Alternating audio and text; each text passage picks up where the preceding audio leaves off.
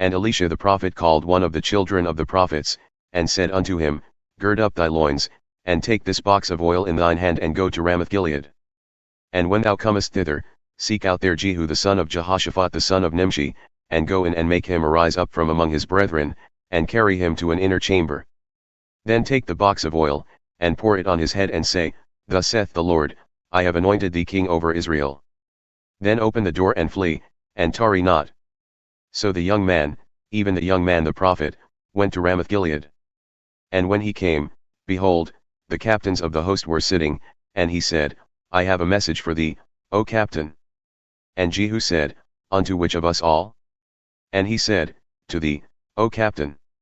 And he arose and went into the house, and he poured the oil on his head and said unto him, Thus saith the Lord God of Israel, I have anointed thee king over the people of the Lord, even over Israel.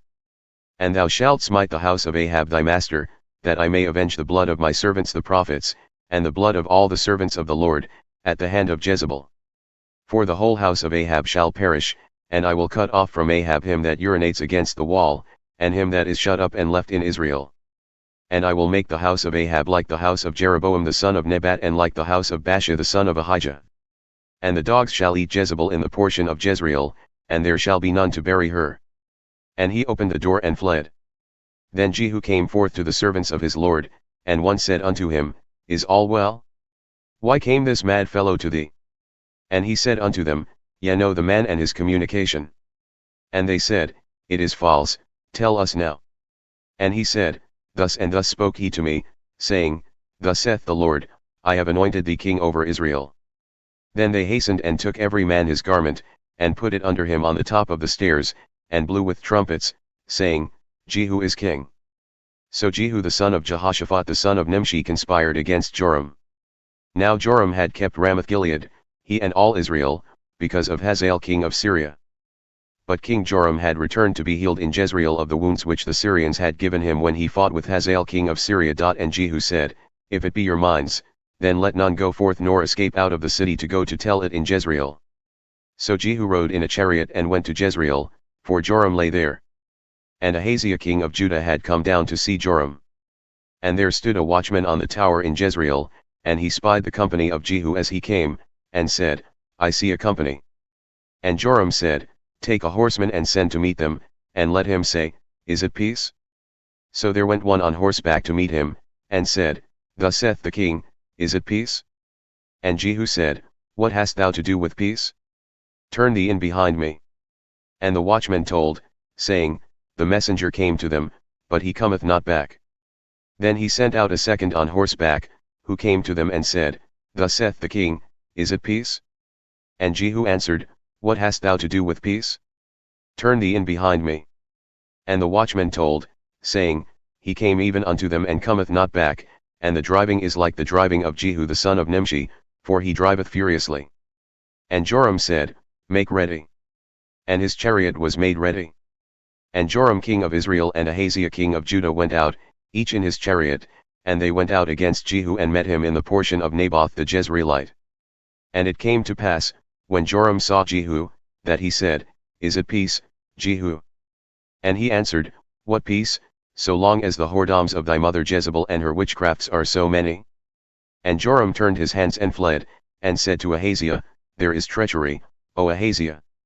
And Jehu drew a bow with his full strength and smote Joram between his arms, and the arrow went out at his heart, and he sank down in his chariot. Then said Jehu to Bidkar his captain, Take him up, and cast him in the portion of the field of Naboth the Jezreelite, for remember how when I and thou rode together after Ahab his father, the Lord laid this burden upon him. Surely I have seen yesterday the blood of Naboth and the blood of his sons, saith the Lord, and I will requite thee in this plot, saith the Lord. Now therefore take and cast him into the plot of ground, according to the word of the Lord. But when Ahaziah the king of Judah saw this, he fled by the way of the garden house.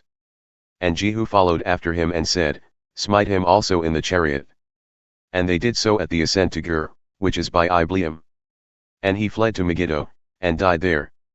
And his servants carried him in a chariot to Jerusalem, and buried him in his sepulchre with his fathers in the city of David. And in the 11th year of Joram the son of Ahab, Ahaziah had begun to reign over Judah. And when Jehu had come to Jezreel, Jezebel heard of it, and she painted her face and attired her head, and looked out at a window. And as Jehu entered in at the gate, she said, Had Zimri peace, who slew his master? And he lifted up his face to the window and said, Who is on my side? Who? And there looked out at him 2 or 3 eunuchs. And he said, Throw her down. So they threw her down, and some of her blood was sprinkled on the wall and on the horses, and he trod her underfoot. And when he had come in, he ate and drank, and said, Go, see now this cursed woman, and bury her, for she is a king's daughter. And they went to bury her, but they found no more of her than the skull and the feet and the palms of her hands. Therefore they came back and told him. And he said, This is the word of the Lord, which he spoke by his servant Elijah the Tishbite, saying, In the portion of Jezreel shall dogs eat the flesh of Jezebel. And the carcass of Jezebel shall be as dung upon the face of the field in the portion of Jezreel, so that they shall not say, This is Jezebel.